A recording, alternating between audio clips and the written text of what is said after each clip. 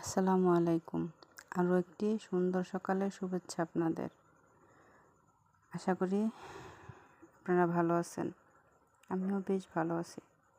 আমি আপনাদের মাঝে নিয়ে আসলাম আরও নতুন একটি ডিজাইন। এই ডিজাইনটা আমি জামার মধ্যে করেছি।